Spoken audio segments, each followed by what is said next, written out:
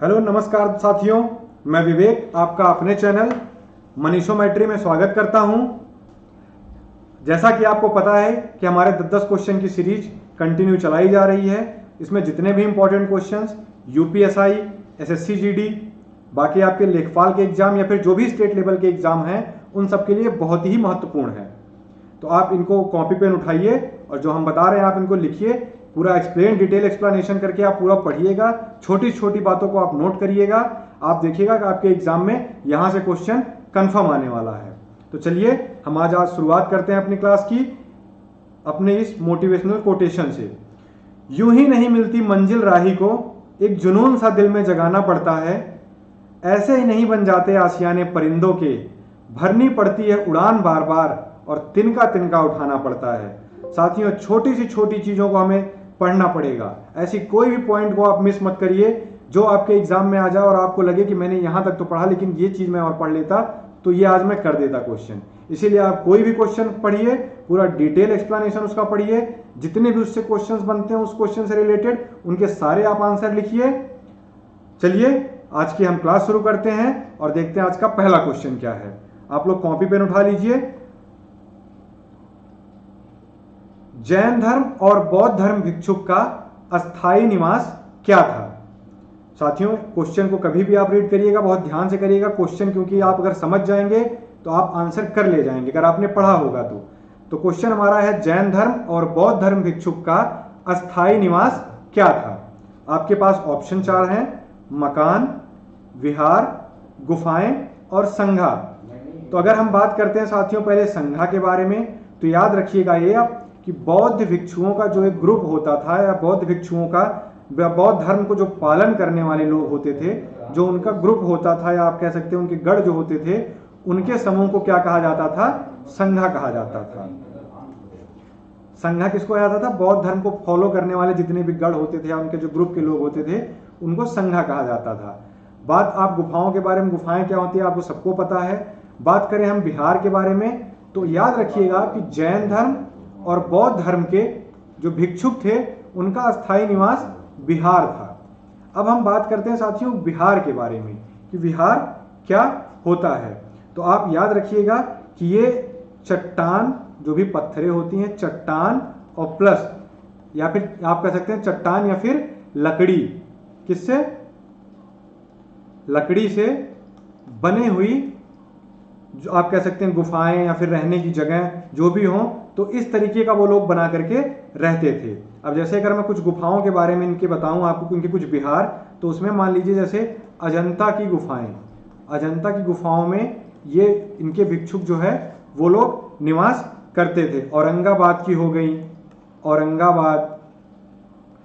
औरंगाबाद की बात करते हैं हम, करली गुफाएं हो गई। तो कुछ ऐसे महत्वपूर्ण गुफाएं थी जो इनके रहने की स्थान, निवास स्थान था और जिनको हम किस नाम से जानते हैं? बिहार के नाम से जानते हैं। अब याद रखिएगा साथियों कि इसी में कि बौद्ध धर्म का, जैसे हमने कल आपको जैन धर्म की महत्वपूर्ण पुस्तक के बारे में बताया था, अगम साहित्य। आप याद रखिएगा बौद्ध धर्म की ऐसे ही पवित्र स्थल या पूजा के स्थान को क्या कहा जाता है? तो आप उसको याद रखिएगा चैत्य बोलते हैं इसको। साथियों ये बहुत महत्वपूर्ण क्वेश्चन है, अच्छा क्वेश्चन है, आप इनको बहुत ध्यान से नोट कर लेना। चैत्य बोला जाता है किसको? बौद्ध धर्म के पूजा स्थल को। अब बात आती है साथियों बौद्ध धर्म की, तो बौद्ध धर्म से जितने भी इंपॉर्टेंट क्वेश्चंस बनते हैं आइए हम देख लेते हैं कि बौद्ध धर्म से कौन कौन से महत्वपूर्ण क्वेश्चन बनते हैं। अब हम बात करते हैं साथियों बौद्ध धर्म की, तो आप याद रखिएगा कि इसकी जो स्थापना होती है या फिर आप कह सकते हैं कि इस धर्म को स्थापित करने वाले कौन थे? गौतम बुद्ध थे। अब अगर हम इनके बारे में बात करें तो इनका जन्म जो हुआ था साथियों, इनका जन्म आप याद रखिएगा 563 ईस्वी पूर्व में हुआ था। और कहां हुआ था? आप याद रखिएगा लुम्बिनी में। कहां पे? लुम्बिनी। और ये कहां पड़ती है? नेपाल। आप याद रखिएगा ये नेपाल में पड़ता है। अब हम बात करते हैं साथियों गौतम बुद्ध जी को ज्ञान की प्राप्ति कहां हुई थी? तो इनको ज्ञान की प्राप्ति कहां हुई है? बोध गया में। आप ये क्वेश्चन याद रखिएगा कि इनको ज्ञान की प्राप्ति कहां होती है? बोध गया में। पहला उपदेश इनसे पूछ लिया जाए तो आप ये भी याद रखिएगा, पहला उपदेश। साथियों एक एक क्वेश्चन को आप नोट कर लीजिएगा, ये आपके एग्जाम के पर्पज से बहुत ही इंपॉर्टेंट है, सारनाथ। अब आपका क्वेश्चन कहीं से भी बन सकता है, इसमें आपसे कुछ भी पूछ सकता है कि वो पहला उनका जन्म कहाँ हुआ था, लुम्बिनी वो कहाँ पड़ती है, नेपाल में। उनका पहला उपदेश कहाँ हुआ था, आप वो बताना होगा। उन्होंने कहाँ पर ज्ञान की प्राप्ति की, बोध गया में। कौन सा वृक्ष था, तो आप याद रखिएगा वट वृक्ष के नीचे। तो ये सारे क्वेश्चंस आपके यहाँ से बन सकते हैं। अब अगर बात करूं मैं इनसे एक टर्म की, तो आप याद रखिएगा कि महापरिनिर्वाण इनका जो हुआ था, आप याद रखिएगा वो इनका हुआ था कुशीनगर में। कहां पे? कुशीनगर में। तो ये कुछ महत्वपूर्ण क्वेश्चन है, आप इनको नोट करिएगा। अभी इनसे कुछ और महत्वपूर्ण क्वेश्चन है, वो भी हम आपको करा दे रहे हैं। जितने भी साथियों इनसे महत्वपूर्ण क्वेश्चन होंगे वो सारे हम आपको करा देंगे। आप एकदम अच्छे से इनको तैयार कर लीजिएगा। सारे के सारे क्वेश्चन में आप देखिएगा, अगर आपको तैयार रहेंगे तो एग्जाम में एक ना एक या दो क्वेश्चन इसका जैन धर्म का और बौद्ध धर्म का एग्जाम में आता ही है। तो आप बहुत अच्छे से इनकी तैयारी करिए। अब हम बात करते हैं कि इनकी किताब कौन सी है बौद्ध धर्म की, तो आप याद रखिएगा कि उसको बोलते हैं त्रिपिटक। उनकी कौन सी थी? त्रिपिटक थी, जिसमें बौद्ध धर्म के बारे में सारी चीजों के बारे में बताया गया है। अब हम बात करते हैं ये किस भाषा में थी, तो याद रखिएगा कि इनकी मोस्टली रचनाएं जो होती थी वो पाली भाषा में होती थी। अब हम इनके पिताजी के बारे में बात करें तो याद रखिएगा कि इनके पिताजी का नाम शुद्धोधन था, शुद्धोधन। और इनकी माता का नाम माया देवी, माया देवी इनकी माँ थी। और इनकी पत्नी जो थी वो यशोधरा थी, यशोधरा इनकी पत्नी थी। और इनके बच्चे का नाम जो था वो आप याद रखिएगा, कभी कभी वनडे एग्जाम में पूछ लेता है, ये राहुल, राहुल। और एक आपको मैं महत्वपूर्ण क्वेश्चन बता दूं कि जो इनकी माता थी, इनके जन्म के 6-7 साल के जब ये होते हैं तभी एक्सपायर कर जाती, मर जाती हैं। तो इनका जो पालन पोषण होता है वो एक महिला करती है, वो बहुत इंपॉर्टेंट है, आप इसको याद रखिएगा कि उस महिला का नाम जो था वो था महाप्रजापति गौतमी। ये क्वेश्चन आपको पूछ लेता है एग्जाम में, तो आप इसको याद रखिएगा, महाप्रजापति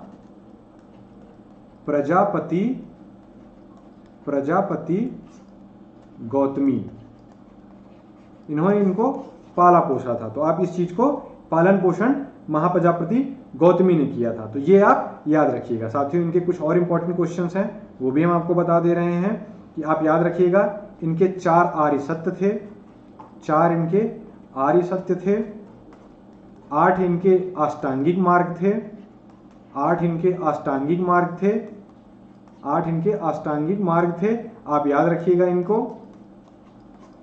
और बाकी जो इनका अवतार बताया जाता है, ये क्वेश्चन आप याद रखिएगा कि ये विष्णु भगवान के अवतार बताए जाते हैं। तो आप ये याद रखिएगा, विष्णु भगवान के अवतार महात्मा बुद्ध को बताया जाता है। साथियों ये रहा बौद्ध धर्म से रिलेटेड जितने भी आपके इंपॉर्टेंट क्वेश्चन हो सकते थे वो हमने आपको बताए हैं। आप इन सबको अच्छे से तैयार कर लीजिएगा, ये आपके एग्जाम में आपको एक न एक क्वेश्चन यहाँ से जरूर देखने को मिलेगा। चलिए हम बात करते हैं नेक्स्ट क्वेश्चन के बारे में। भारत के संविधान में कौन सी अनुसूची अनुसूचित क्षेत्र, अनुसूचित जनजाति क्षेत्र से संबंधित है? साथियों ये बहुत अच्छा क्वेश्चन है कि इसमें से कौन सी अनुसूची अनुसूचित क्षेत्र और अनुसूचित जनजाति क्षेत्र से संबंधित है। तो आपको पता होना चाहिए कि जो हमारा संविधान, मूल संविधान में, हमारे मूल संविधान में 8 अनुसूचियां थी, मूल संविधान में 8 अनुसूचियां थी, 4 को हमने अमेंडमेंट करके जोड़ा है। तो आइए हम आपको बात करते हैं 8वां अनुसूची के बारे में, बता देते हैं कि 8वां अनुसूची कौन कौन सी थी। तो आप याद रखिएगा केंद्र और संघ का जो भी राज्य क्षेत्र उसका विस्तार है वो बताया गया पहली में। दूसरी में याद रखिएगा आप इनके पेंशन और भत्तों के बारे में बात हुई है। तीसरी में इनकी शपथ के बारे में बात हुई है कि ये शपथ वगैरह इनका कैसे समारोह होता है। चौथे में शपथ कैसे लेते हैं या कौन कौन कैसे शपथ लेता है। चौथी अनुसूची के बारे में आप इनके याद रखिएगा, चौथी अनुसूची इनकी है राज्यसभा में प्रतिनिधियों के जो भी सीट के बंटवारे के रूप में उनकी सीट जो भी है वो सब करने के लिए किसमें बताया गया है? चौथी अनुसूची में। बात करते हैं हम 5वीं में, तो आप याद रखिएगा 5वीं अनुसूची में अनुसूचित क्षेत्र और अनुसूचित जनजाति क्षेत्र के बारे में बताया गया है। छठी अनुसूची के बारे में बात करें हम साथियों, तो छठी अनुसूची बहुत महत्वपूर्ण है, याद रखिएगा आप। इसमें असम, दूसरा आपका मिजोरम और त्रिपुरा और मेघालय, ये 4 स्टेट के जनजाति जो क्षेत्र हैं उनके बारे में बताया गया है। तो साथियों इनमें कंफ्यूज मत होना आप, कभी कभी असम की जगह अरुणाचल प्रदेश कर देता है, मेघालय या मिजोरम की जगह वो मणिपुर कर देता है, तो कुछ न कुछ वो बदल देगा और बोलेगा इनमें से कौन सा सही नहीं है या फिर सही है। तो आप अगर चारों याद रखेंगे तभी आप कर पाएंगे, वरना आपका क्वेश्चन गलत हो जाएगा। इसलिए आप बहुत अच्छे से इसको तैयार रखिएगा। आइए हम बात करते हैं नेक्स्ट हमारी अनुसूची में क्या चीज है, कौन सी क्या बात लिखी गई है। तो हम अगर बात करें अपनी 7वीं अनुसूची के बारे में, तो आप याद रखिएगा 7वीं अनुसूची में केंद्र और राज्य का शक्तियों का जो भी है बंटवारा वो किया गया है। अब इसमें कौन कौन सी 3 बनती हैं याद रखिएगा। तो इसमें बनती है संघ सूची, दूसरी आपकी राज्य और तीसरी आपकी बनती है समवर्ती। तो आप याद रखिएगा इसमें 3 सूचियों के अंदर सारी चीजों को रखा जाता है। तो पूछेगा संघ, समवर्ती और राज्य किस में आते हैं, तो आप याद रखिएगा कि वो 7वें शेड्यूल के अंदर आते हैं। अब बात करते हैं साथियों हम नेक्स्ट। तो नेक्स्ट आप याद रखिएगा हमारी 8वीं अनुसूची जो है उसके अंदर भाषा के बारे में बात की गई है। भाषा के, और भाषा कितनी भाषाओं के, 22 भाषाओं की। स्टार्टिंग में मूल संविधान में कितनी थी, 14। फिर बाद में एक जोड़ा गया सिंधी को, आप याद रखिएगा सिंधी ये आपका हुआ था 15वीं भाषा थी। दूसरा आपका फिर 3 भाषाओं को जोड़ा गया था, इसको आप पढ़ सकते हैं नमक के थ्रू। 3 भाषाएं कौन कौन सी थी, न से बन जाएगा नेपाली, म से बन जाएगा आपका मणिपुरी और क से बन जाएगा कोंकणी। तो 3 आपकी ये थी तीसरी में, और फिर आपकी 4 और जोड़ी गई थी बोडो, डोंगरी और ये संथाली वगैरह, ये आपकी 4 इसमें जोड़ी गई थी। तो 4, 3, 7, 1, 8 और 14, 22 भाषाएं किसमें हमारी 8वीं अनुसूची में है। आइए हम बात करते हैं 9वीं अनुसूची के बारे में। तो हमारी 9वीं अनुसूची के बारे में आप याद रखिएगा कि भूमि सुधार के बारे में 9वीं अनुसूची में बताया गया है। 9वीं अनुसूची हमारी जो है उसमें क्या बताया गया है, आप याद रखिएगा भूमि सुधार के बारे में। बात करते हैं हम 10वीं की। तो 10वीं अनुसूची इसमें दल बदल के बारे में है। दल बदल, 11वीं में पंचायत याद रखिएगा आप, और 12वीं में आपके नगर निगम, नगर पालिका। तो आप इस चीज को याद रखिएगा। साथियों हमने आपको 12 अनुसूचियां थी, 12 की 12 हमने आपको करा दी हैं। इनको बहुत अच्छे से याद रखिएगा। हमारा जो क्वेश्चन था अनुसूचित क्षेत्र, अनुसूचित जनजाति क्षेत्र, उसका आंसर होगा 5वीं अनुसूची।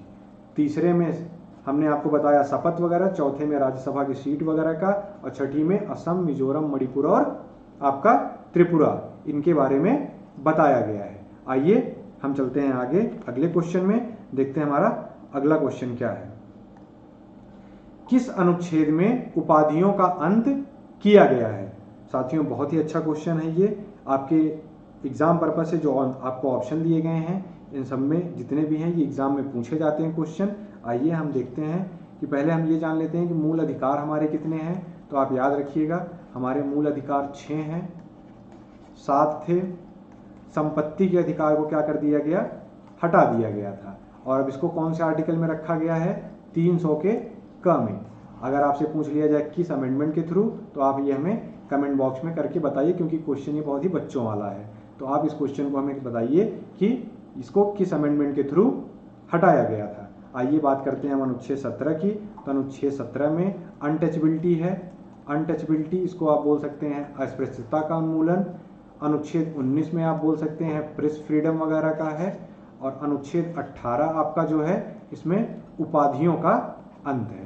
तो आप इस क्वेश्चन को याद रखिएगा, इसमें उपाधियों के अंत के बारे में बताया गया है। आइए हम आज कुछ आपको और इम्पोर्टेंट क्वेश्चन बता देते हैं जो अनुच्छेद से रिलेटेड हैं, जो आपके एग्जाम पर्पज से इम्पोर्टेंट होंगे।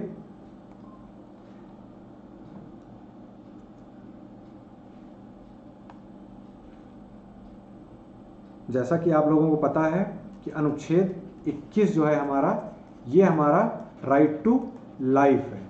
राइट टू लाइफ, ये याद रखिएगा आप कि ये अनुच्छेद हमारा, सारे अनुच्छेद हमारे हटाए जा सकते हैं, बट ये अनुच्छेद हमसे कोई नहीं हटा सकता है। तो ये बहुत इंपॉर्टेंट है। और ये आप याद रखिएगा एक क्वेश्चन यहाँ से, और 86 अमेंडमेंट के द्वारा 86 अमेंडमेंट के द्वारा आपका शिक्षा के अधिकार को 21A के अंदर, अनुच्छेद 21A के अंदर रखा गया है। तो ये आप बहुत इंपॉर्टेंट क्वेश्चन है, मोस्टली एग्जाम में पूछा जाता है, तो आप इसको अच्छे से तैयार कर लीजिएगा। आइए साथियों, हम अगले क्वेश्चन की तरफ बढ़ते हैं और देखते हैं हमारा अगला क्वेश्चन क्या है। साथियों, आपके सामने क्वेश्चन है, कोबाल्ट 60 का प्रयोग किस रोग में किया जाता है। बहुत अच्छा क्वेश्चन है साथियों।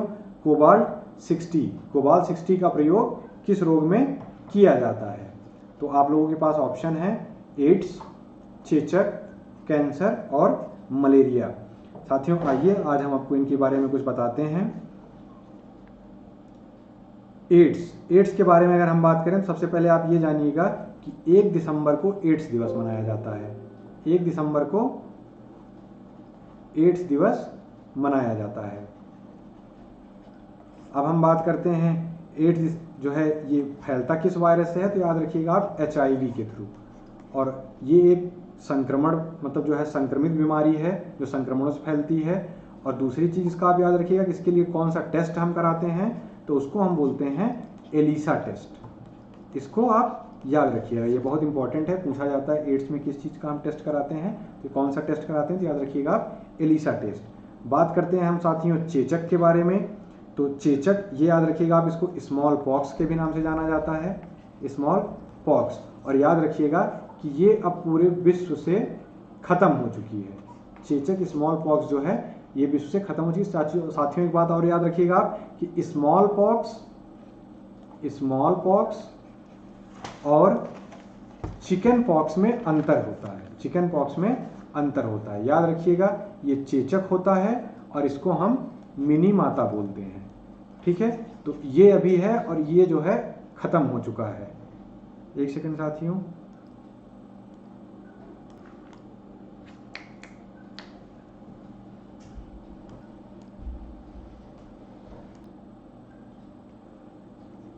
ठीक है साथियों।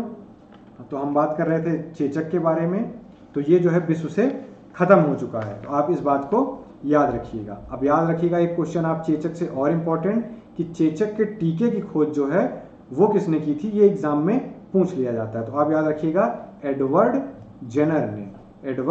जेनर ने चेचक के टीके की खोज की थी। तो ये कुछ आपके इंपॉर्टेंट क्वेश्चन हमने बताए। आइए हम बात कर लेते हैं मलेरिया के बारे में। मलेरिया, तो साथियों आप याद रखिएगा कि मलेरिया जो होता है वो प्लाज्मोडियम वायरस के द्वारा, प्लाज्मोडियम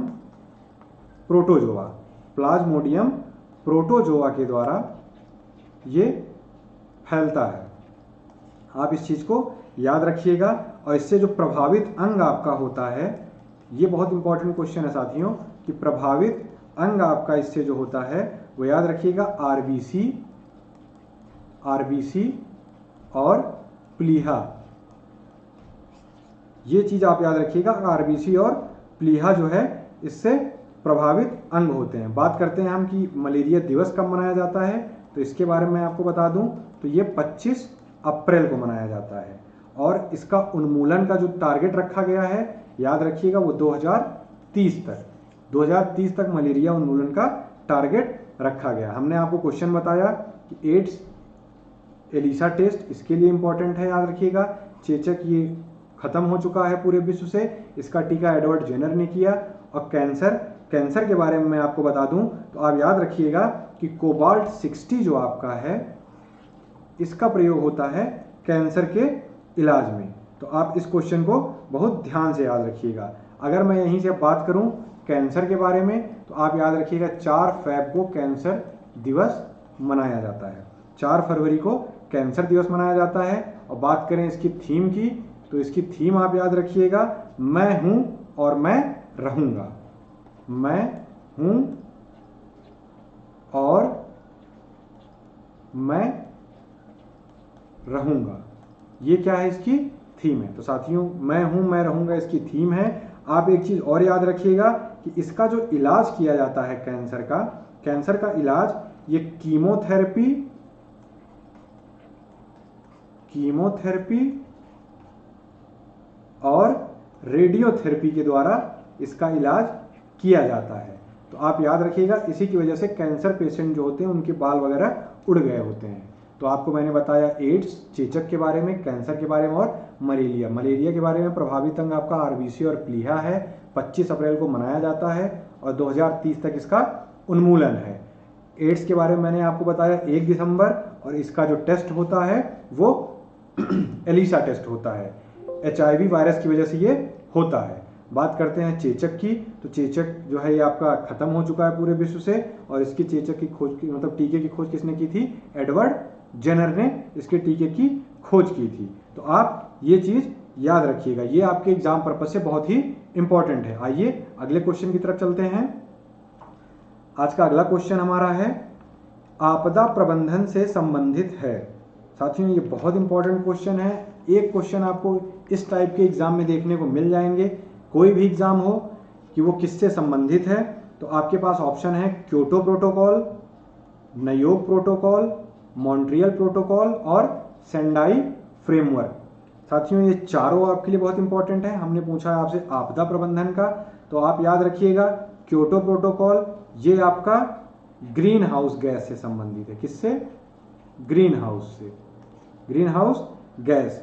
बात करते हैं हम नयोग प्रोटोकॉल के, तो आप याद रखिएगा ये जैव विविधता दिवस, विविधता, ये जैव विविधता से संबंधित है। जैव विविधता दिवस मनाया कब जाता है? तो आप याद रखिएगा 22 मई को। 22 का आंकड़ा अगर आपको मैं बता दूं तो 22 का आंकड़ा आप याद रखिएगा कि 22 मार्च, 22 अप्रैल और 22 मई। मार्च को आपका जल दिवस, अप्रैल में आपका पृथ्वी दिवस और मई में आपका जैव विविधता दिवस। तो ये तीनों क्वेश्चन आप याद रखिएगा। नयोगा प्रोटोकॉल आपका जैव विविधता से संबंधित है। बात करते हैं हम मॉन्ट्रियल प्रोटोकॉल की, तो मॉन्ट्रियल प्रोटोकॉल आप याद रखिएगा ओजोन परत के क्षरण से है, ओजोन परत। तो आप याद रखिएगा ओजोन डे कब मनाया जाता है? ये बहुत ही इंपॉर्टेंट क्वेश्चन है। तो 16 सितंबर को आप इस क्वेश्चन को नोट कर लीजिएगा, ये बहुत ही इंपॉर्टेंट क्वेश्चन है। साथियों हम बात करते हैं आपदा प्रबंधन से संबंधित है आपका, तो इसका क्वेश्चन आपका हो जाएगा सेंडाई फ्रेमवर्क। सेंडाई फ्रेमवर्क जो है आपका हो जाएगा आपदा प्रबंधन से। तो ये आपका इसका आंसर हो जाएगा। चलिए आगे वाले क्वेश्चन की तरफ बढ़ते हैं, हम देखते हैं आज का अगला क्वेश्चन क्या है। काला नमक चावल महोत्सव कहां मनाया जाता है? साथियों ये बहुत अच्छा क्वेश्चन है। काला नमक चावल महोत्सव कहां मनाया जाता है? ऑप्शन है केरल, उड़ीसा, उत्तर प्रदेश और असम। अब हम बात कर लेते हैं साथियों, जितने भी स्टेट हैं साथियों, आज हम उनकी कोशिश करते हैं कि इंपॉर्टेंट जितने भी महोत्सव होते हैं वो हम कर लेंगे जो हमारे एग्जाम पर्पज से इंपॉर्टेंट हैं। बात करते हैं हम उड़ीसा की, तो आप उड़ीसा में याद रखिएगा कि यहाँ भानु जात्रा, रज पर्व उड़ीसा में इंपॉर्टेंट हैं। उत्तर प्रदेश की मैं बात करूं तो काला नमक चावल उत्तर प्रदेश का है, और अगर पूछे कहां से तो याद रखिएगा सिद्धार्थनगर से। अब पूछा जाए आपका असम में, तो असम में आप याद रखिएगा बेटा अंबुबाची का मेला, ये असम में ही लगता है। और कहाँ लगता है? ये कामाख्या मंदिर के मंदिर में। तो आप याद रखिएगा अंबुबाची का मेला कामाख्या मंदिर कहाँ है? असम में। बात करें हम केरल की, तो केरल में आप याद रखिएगा मकर विलक्कू महोत्सव, ये मनाया जाता है केरल में आपका मकर विलक्कू त्योहार, तो ये मनाया जाता है आपका केरल में। तो जैसा कि साथियों हमने आपको कुछ इंपॉर्टेंट बताएं, अब हम आइए कुछ और बात कर लेते हैं। इंपॉर्टेंट फेस्टिवल जो भी हमारे महोत्सव होते हैं, तो उसमें हमारा एक है जो बहुत एग्जाम में पूछा जाता है, वो है आपका हॉर्नबिल। रुकिए साथियों मैं पेन का कलर चेंज कर देता हूं। हॉर्नबिल आप याद रखिएगा, हॉर्नबिल ये याद रखिएगा आपका, ये कहां से संबंधित है? ये है आपका नागालैंड से, नागालैंड, ये आपका नागालैंड से संबंधित है। बात करते हैं हम बम्बू डांस की, तो आप याद रखिएगा बम्बू डांस जो है ये आपका मिजोरम से संबंधित है, मिजोरम। अब हम बात कर लें एक और महोत्सव की, तो मरु महोत्सव, इसके बारे में भी आप याद रखिएगा, ये राजस्थान से है। साथियों, हमने ये आपको जो एक्स्ट्रा में मैं कराता हूँ क्वेश्चन, आप याद रखिएगा कि क्वेश्चन यहाँ से भी बन सकते हैं, ज़रूरी नहीं जो आपको ऑप्शन में दिया जाता है या जो आपका क्वेश्चन कराया जा रहा है सेम वही एग्जाम में आए। आपको उससे रिलेटेड जितने भी ऑप्शन होते हैं उनमें क्या महोत्सव है, क्या फेस्टिवल है, कौन सा आर्टिकल कैसे हो रहा है, आप उन सबके बारे में आपको पढ़ना पड़ेगा। क्योंकि क्वेश्चन आप ये मत याद रखिए कि वन लाइनर आपको जैसा आप डायरेक्ट पढ़ेंगे वैसा आ जाएगा। अब क्वेश्चन का लेवल अच्छा बना दिया जाता है, तो इसीलिए आप अब मेहनत करिए, और अगर आप मेहनत करेंगे आपका सारा कॉन्सेप्ट क्लियर रहेगा, और कॉन्सेप्ट क्लियर रहेगा तो आपका एग्जाम अच्छा होगा, और एग्जाम अच्छा होगा तो आपकी जो मेहनत है वो एक दिन देखिएगा रंग लाएगी, आपके सपने पूरे होंगे। आइए देखते हैं हम अगला क्वेश्चन क्या है। क्वेश्चन नंबर 7, डूबते सूरज का देश किसे कहा जाता है? क्वेश्चन बहुत अच्छा है साथियों, आप याद रखिएगा। ऑप्शन है म्यांमार, थाईलैंड, बहरीन और इंग्लैंड। तो आपको 4 ऑप्शन दिए गए हैं। आइए हम देखते हैं चारों ऑप्शन में किसको कौन सा देश बोला जाता है। तो म्यांमार को आप याद रखिएगा साथियों, इसको गोल्डन पगोडा बोला जाता है, golden pagoda country, golden pagoda आप याद रखिएगा म्यांमार को बोला जाता है। हम बात करें थाईलैंड को, तो आप याद रखिएगा सफ़ेद हाथियों का देश, ये बोला जाता है आपका थाईलैंड को। अब हम बात करते हैं अगर बहरीन को, तो आप याद रखिएगा मोती, या आप जो भी बोलिए मूंगा, मोतियों का देश। तो आप इस क्वेश्चन को याद रखिएगा, मोतियों का देश। अब हम बात करते हैं साथियों इंग्लैंड के बारे में। तो जैसा कि आपको पता चल गया होगा कि अगर ये 3 नहीं है तो इसका आंसर क्या होगा, डूबते सूरज का देश किसे कहा जाता है, ये इंग्लैंड को कहा जाता है। तो आपका ऑप्शन डी करेक्ट आंसर हो जाएगा। आइए हम कुछ और इम्पोर्टेंट देख लेते हैं जो इनसे क्वेश्चन हमारे और बन सकते हैं। आप साथियों याद रखिएगा कि नहरों का देश अगर आपके पास आ जाए, नहरों का देश क्वेश्चन आ जाए, तो आप याद रखिएगा ये हमारा पड़ोसी देश पाकिस्तान। ठीक है साथियों, आइए आप बात करते हैं हम अगला क्वेश्चन नदियों के देश के बारे में। तो नदियों का देश किसे कहा जाता है, तो आप याद रखिएगा इसको बांग्लादेश को कहा जाता है। नदियों का देश बांग्लादेश को कहा जाता है। बात करते हैं हम साथियों अगला, तो आप याद रखिएगा झीलों का देश, झीलों का देश आप याद रखिएगा साथियों, ये फिनलैंड को बोला जाता है, फिनलैंड। साथियों मैं आपको अपने हिसाब से सारे इंपॉर्टेंट क्वेश्चन कराता हूँ 1 घंटे के अंदर, 40 मिनट के अंदर जो भी आपके वीडियो बनते हैं। मेरी कोशिश यही रहती है कि जितना इंपॉर्टेंट क्वेश्चन हो सके आपको कराऊं, और हर एक क्वेश्चन आपके एग्जाम पर्पज से इंपॉर्टेंट है। इसीलिए आप सारे क्वेश्चन को बहुत ध्यान से नोट करा करिए, और इनको बाद में आप रिवीजन जरूर किया करिए, क्योंकि अगर आप रिवीजन नहीं करेंगे तो लिखी हुई चीज़ें आपके नोटबुक में रह जाएगी, वो आपके दिमाग में नहीं आएगा। जितना आप रिवीजन करेंगे उतना ही वो आपको अच्छे से तैयार होगा। बार बार कोशिश करिए आप उसको पढ़िए, बार बार आप कोशिश करिए कि मैं क्वेश्चन में जो आपको यहाँ बताता हूँ फिर से आप उसको राइट डाउन कर लिया करिए। जितना आप लिखेंगे, जितना रिवीजन करेंगे, उतना ही आपका अच्छा वो लर्न हो जाएगा क्वेश्चन आपको। आइए हम आगे बढ़ते हैं और देखते हैं अगले क्वेश्चन में। आप यहाँ से एक चीज़ और याद रख सकते हैं कि अगर आपसे पूछ लिया जाए कि यूरोप का भारत किसे कहते हैं, यूरोप का भारत, तो आप इस क्वेश्चन को साथियों याद रखिएगा कि यूरोप का भारत इटली को कहा जाता है। और इसको क्यों कहते हैं, क्योंकि ये कृषि प्रधान देश है, ये कृषि प्रधान देश होने की वजह से इसे क्या कहा जाता है, यूरोप का भारत। नहरों का देश पाकिस्तान, नदियों का देश बांग्लादेश और झीलों का देश फिनलैंड को कहा जाता है। चलिए साथियों, उम्मीद करता हूं आप लोगों को अच्छे से समझ में आ गया होगा। आगे वाले क्वेश्चन में चलते हैं, देखते हैं आज का अगला क्वेश्चन क्या है।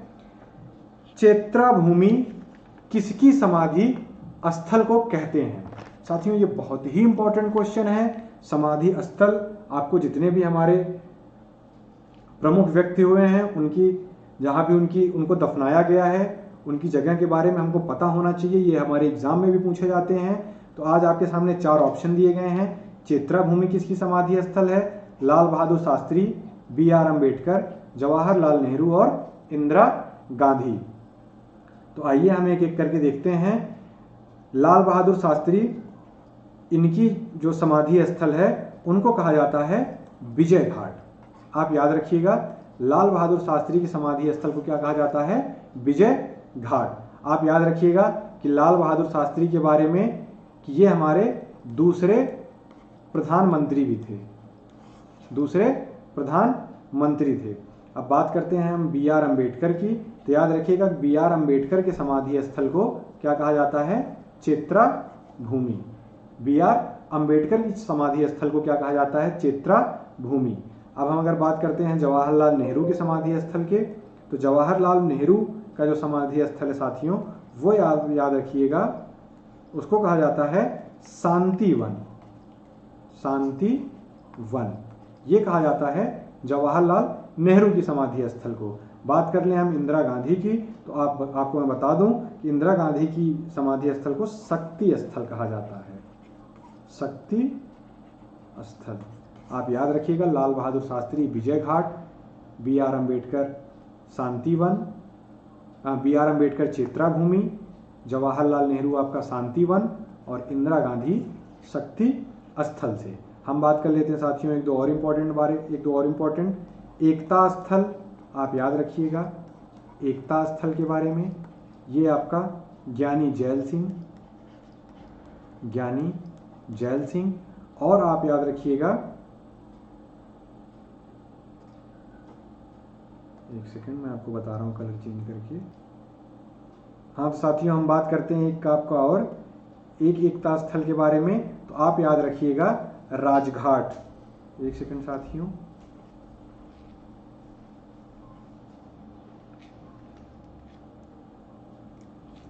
साथियों, थोड़ा दिक्कत हो रही है। हाँ ठीक है, आप याद रखिएगा राजघाट आप याद रखिएगा महात्मा गांधी। तो आपको हमने बताया राजघाट, विजय घाट, एकता स्थल, शांतिवन और शक्ति स्थल।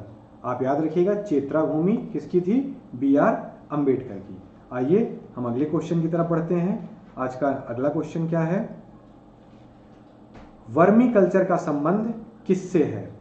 साथियों जैसा कि आप लोग देख रहे हैं, अगर आप पढ़ रहे होंगे कंटिन्यू, अगर आप पेपर सॉल्व कर रहे होंगे, तो आप देखते होंगे कि ऐसे क्वेश्चन पेपर में आते हैं। आपके पेपर के हिसाब से सारे 10 क्वेश्चन कराए जाते हैं। अगर आप इनको डेली क्लास लीजिए, उसके बाद आप टेस्ट दीजिए, आपको दिखेगा कि क्वेश्चन आपके पेपर के महत्व से कितने इंपॉर्टेंट हैं। तो आप आइए देखते हैं वर्मी कल्चर का संबंध किससे है? अंगूर की खेती, रेशम कीट पालन, मधुमक्खी पालन और केचुआ पालन। तो अगर बात करें साथियों हम अंगूर की खेती को क्या कहा जाता है? तो आप याद रखिएगा विटीकल्चर बोलते हैं इसको। क्या? विटीकल्चर। आप याद रखिएगा विटीकल्चर किसको बोलते हैं? अंगूर की खेती को। बात करें हम रेशम की खेती अगर होती है तो उसको क्या कहते हैं? तो आप याद रखिएगा रेशम कीट पालन को क्या कहा जाता है? आप लोग बताइए हमें कमेंट बॉक्स में। मधुमक्खी पालन को क्या कहा जाएगा? मधुमक्खी पालन को और केचुआ पालन। ये दोनों तो हमें लगता है आपको बहुत ही आसान क्वेश्चन है, रेशम कीट पालन और मधुमक्खी पालन, क्योंकि ये मोस्टली एग्जाम में दिया होता है कि आपका रेशम कीट पालन क्या है और मधुमक्खी। तो मैं आपको बता दूं रेशम कीट पालन आपका सेरीकल्चर और मधुमक्खी आपका एपीकल्चर होता है। अब हम बात करते हैं साथियों केचुआ पालन का। तो आप इनको अगर लिखना चाहें तो लिख लीजिए, वैसे ये बहुत आसान है इसलिए मैंने इनको लिखवाया नहीं। केचुआ पालन क्या होता है? तो आप याद रखिएगा साथियों, इसको बोलते हैं वर्मी कल्चर। और केचुआ को ही याद रखिएगा आप साथियों, ये बहुत इंपॉर्टेंट क्वेश्चन है। केचुआ को ही कहा जाता है किसान मित्र। किसान मित्र किसे कहा जाता है? केचुए को ही। तो ये क्वेश्चन आप याद रखिएगा। आइए हम आपको एक दो और बता देते हैं। अगर आपसे क्वेश्चन में पूछ लिया जाए पीसी कल्चर, तो पीसी कल्चर आप याद रखिएगा ये आपका मछली पालन से है। आपसे अगर पूछ लिया जाए फ्लोरीकल्चर, तो फ्लोरीकल्चर आप याद रखिएगा साथियों ये आपका फूल से संबंधित है। तो हमने आपको आज 7-8 करा दिए इंपॉर्टेंट, आप इनको अच्छे से तैयार कर लीजिएगा। इनमें से आपको एक ना एक क्वेश्चन जरूर एग्जाम में मिलेगा। आइए हम अगले क्वेश्चन की तरफ बढ़ते हैं और देखते हैं आज का हमारा आखिरी क्वेश्चन नंबर 10। मानवाधिकार के वर्तमान अध्यक्ष कौन है? साथियों ये आपके एग्जाम पर्पज से बहुत इंपॉर्टेंट है, क्योंकि ये करंट का क्वेश्चन है। बाकी जो ऑप्शंस हैं ये भी करंट के ही हैं, तो आप इनको बहुत अच्छे से तैयार करिएगा, इसको कॉपी में लिखिएगा, यहाँ से क्वेश्चन ज़रूर बनता है। आइए बात करते हैं, आप हमारे पास ऑप्शन क्या है, रवि कपूर, राजीव कुमार, अरुण कुमार मिश्र और एस रमन। साथियों बात करते हैं अगर हम रवि कपूर के बारे में, तो आप याद रखिएगा रवि कपूर हमारे जो हैं वो संसद टीवी के CEO हैं। अब याद रखिएगा आप कि संसद टीवी, लोकसभा टीवी और राज्यसभा टीवी को मिला करके बनाई गई है संसद टीवी, तो याद रखिएगा इसके ये CEO हैं। अब हम अगर बात करें लोकसभा के बारे में, तो आपको मैंने बताया था एक ट्रिक, सरला के माध्यम से आप याद कर सकते हैं 79, 80 और 81, सरला, 79 में संसद, 80 में राज्यसभा और 81 में लोकसभा। तो 81 में लोकसभा है, राज्यसभा आपका 80 में है और संसद आपका 79 में है। लोकसभा के इस टाइम वर्तमान अध्यक्ष कौन है, तो आप लोगों को पता होना चाहिए, ओम बिरला। और राज्यसभा का जो अध्यक्ष होता है वो हमारे उपराष्ट्रपति जी होते हैं, आपको पता ही होगा वो कौन है। आइए बात करते हैं हम राजीव कुमार के बारे में। तो साथियों राजीव कुमार, ये याद रखिएगा आप, ये बहुत ही इंपॉर्टेंट है, नीति आयोग के ये उपाध्यक्ष हैं, नीति आयोग के उपाध्यक्ष हैं और एक निर्वाचन आयुक्त भी हैं, मुख्य नहीं है, आप याद रखिएगा ये निर्वाचन आयुक्त भी कौन है, राजीव कुमार ही हैं। हम बात करते हैं मानवाधिकार के वर्तमान अध्यक्ष कौन है, तो आप याद रखिएगा ऑप्शन सी, अरुण कुमार मिश्र जी जो हैं ये मानवाधिकार के वर्तमान में अध्यक्ष हैं। आइए अभी हम कुछ लोगों के बारे में और जान लेते हैं कि उनको किसका अध्यक्ष बनाया गया है। बात करते हैं हम आपसे एस रमन के बारे में, तो आप याद रखिएगा सुब्रमण्यम रमन, ये आपका सिडबी के हैं, किसके, सिडबी के जो है ये हेड हैं। अब अगर मैं आपसे बात करूं कि सिडबी क्या है, तो सिडबी के बारे में आपको मैं बता दूं कि इसका मुख्यालय जो है, हेडक्वार्टर, इसका हेडक्वार्टर जो है वो आप याद रखिएगा लखनऊ में है। कहाँ पे, लखनऊ में, लखनऊ उत्तर प्रदेश में इसका मुख्यालय है सिडबी का। और अगर हम बात करें ये कब स्थापित किया गया था, तो 1990 में इसकी स्थापना हुई थी। और अगर आपसे पूछ ले इसके वर्तमान अध्यक्ष कौन है, तो एस रमन है। और सिडबी का अगर आपसे कोई फुल फॉर्म पूछ ले तो आप बता दीजिएगा small industrial development bank of India, small industrial development bank of India. अगर आप, मैं लिख दे रहा हूं यहाँ पे, स्मॉल इंडस्ट्रियल डेवलपमेंट